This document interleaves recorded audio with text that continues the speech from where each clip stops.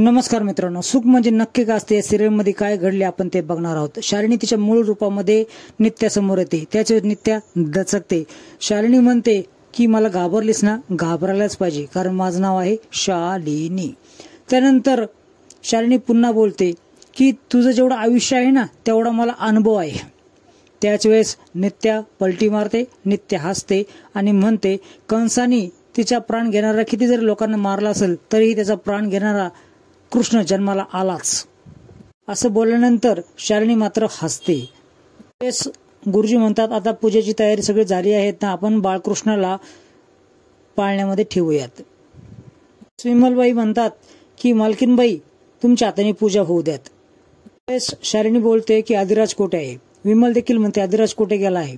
त्याच वेळेस शालिनी पुन्हा बोलते संसार सुरू व्हायच्या आधीच कुठे निघून गेला की काय। त्याच वेळेस नित्या बोलते की नित्या अधिराजला आणि अधिराज नित्याला कधीच सोडून जाणार नाही। त्याच वेळेस नित्या शालिनीला खुणवते ते बघ आला अधिराज। सर्वजण दरवाजा दिशेने बघू लागतात। नित्याने आधीच प्लॅनिंग केलेलं असतं। नित्याच्या अटीनुसार अधिराज जयदीपच्या रूपामध्ये आलेला असतो। शालिनी खूप डचकते, घाबरते आणि अचानकपणे तिच्या तोंडातून जयदीप असा शब्द निघतो।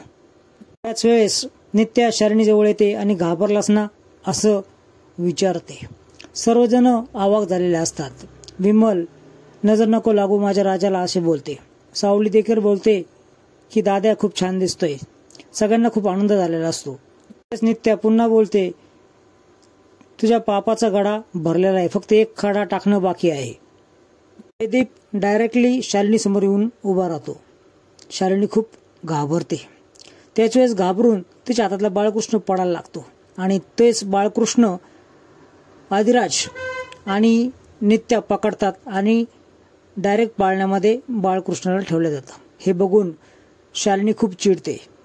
पाळण्यात श्रीकृष्ण ठेवले जातात।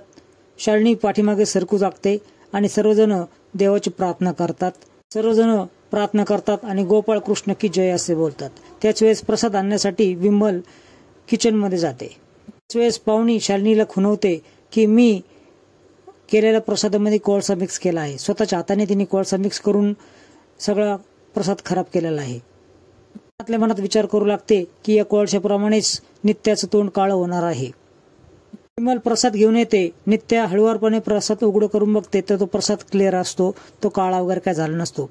हा सर्व प्रकार लवली आणि सावरी बघतात कारण दोघांनीही सर्व प्रसाद खराब झाला असतो तो पुन्हा क्लिअर केलेला असतो। पाहुणी इकडे विचार करू लागते की मी प्रसाद तर खराब केला होता, हा असा कसा प्रसाद ठीक झाला। हे बघून शालिनी तिथून निघून जाते। त्यावेळेस सत्या, सावरी, आम्मा, लवली या सर्व एकमेकांची गुणगान करत असतात कारण प्रसाद बिघडलेला असतो। मात्र आम्माने तो सगळ्यात पहिले बघितल्यानंतर तो प्रसाद पुन्हा शुद्ध करण्यात आला होता, नाहीतर सर्वच प्रसादाने सर्वांना काहीतरी वेगळंच वाटलं असतं असा विचार करण्यात आला। आम्मा, सत्या, लवली आणि सावरी गप्पा करत असतात। त्याच वेळेस गोपाळकाला कसा बदलण्यात आला याविषयी चर्चा होते। इकडे अधिराज आरशामध्ये बघू लागतो। त्यात नित्या पाठीमागून येते आणि थँक्यू म्हणते, तू अधिराजच्या पोशाखामध्ये आलास आणि माझा शब्द पाळलास। खरंच जयदीपच्या पोशाखामध्ये तू खूप चांगला दिसत होता असे ती बोलते। आता तर तुला मला माफ करावंच लागेल असे ती बोलते। त्याच्या वेळेस अधिराज बोलू लागतो की या कपड्याशी आणि जयदीपशी माझा काही संबंध नाही असे बोलून तो कपडे काढू लागतो। मध्ये आणि अधिराज मध्ये फक्त एक पावलाचं अंतर आहे असे नित्य बोलते आणि एक पाऊल टाकून तर बघ तुला जयदीपची आठवण होईल, जयदीप तुला आठवल असे ती बोलते। जे मी काही केलं ते सर्व तुमच्यासाठी केलं, पण इथून पुढे मला असं काही करायला लावू नका असे अधिराज बोलतो। नित्या आरशात पाहिल्यावर तुला काय वाटलं असं अधिराजला विचारते। त्यावेळेस अधिराज म्हणतो की मला धडधडायला लागलं असं वाटलं। त्याच वेळेस नित्या बोलते की हो हेच तुझं नातं आहे जयदीप आणि अधिराज मध्ये। इकडे शालिनी देखील आरशामध्ये बघत असते। घरी आल्यानंतर शालिनी खूप चिडलेली असते। आरशामध्ये त्याला जयदीपचं रूप दिसतं आणि ती आदळ आपट करू लागते, प्रत्येक वस्तू फेकून द्यायला लागते। जयदीप खरंच आला आहे का? नित्या अधिराजला जयदीप बनवून माझ्यासमोर मुद्दाम ताणत नाही ना, तिची काही खेळी तर नसेल ना असे म्हणून चिंताग्रस्त होऊ लागले। खूप चिडली होती ती। त्याप्रमाणे नित्याचं सत्य मी बाहेर काढलं, त्याचप्रमाणे जयदीपचं देखील सत्य आता बाहेर काढावं लागणार आहे. त्याचं कोडं जसं सोडवते तसंच आता या जयदीपचं कोडं देखील सोडवावं लागेल असं ती विचार करू लागते.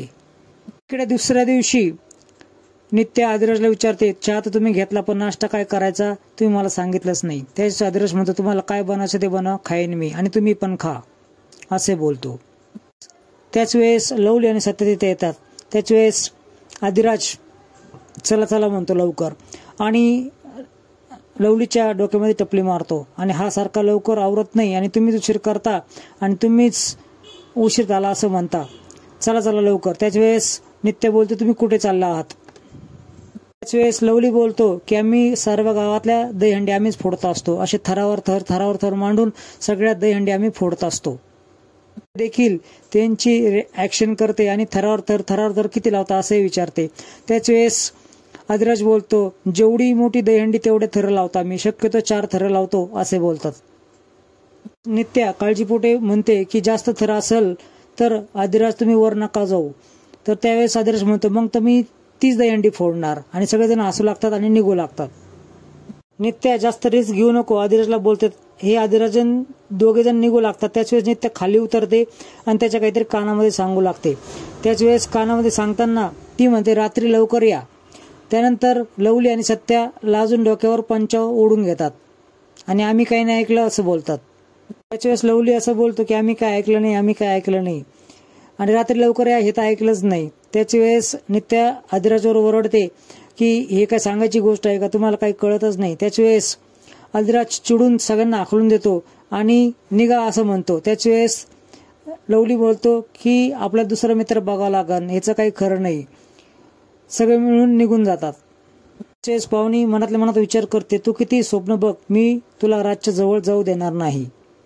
मित्रांनो, पुढच्या भागामध्ये तुम्ही बघणार आहात की पाहुणी नित्याचा अवतार धारण करते, सर्व कपडे तिच्यासारखेच घालते आणि दुधामध्ये एक औषध मिक्स करते आणि त्या औषधाच्या प्रभावामुळं तो माझ्या जवळ येईल असं पाहुणी बोलते. ती नित्याच्या रूममध्ये जाते, पाठमोरी उभा राहते आणि दूध पुढे करते. त्याच वेळेस आदिराज सगळं दूध पिऊन घेतो. पाहुणी आदिराजला जाऊन मिठी मारते. हे सर्व नित्या बघते. मित्रांनो, असेच नवीन अपडेट्स मिळण्यासाठी हे चॅनल सबस्क्राईब करा, बेल आयकॉन अवश्य दाबा. व्हिडिओ पाहिल्याबद्दल धन्यवाद.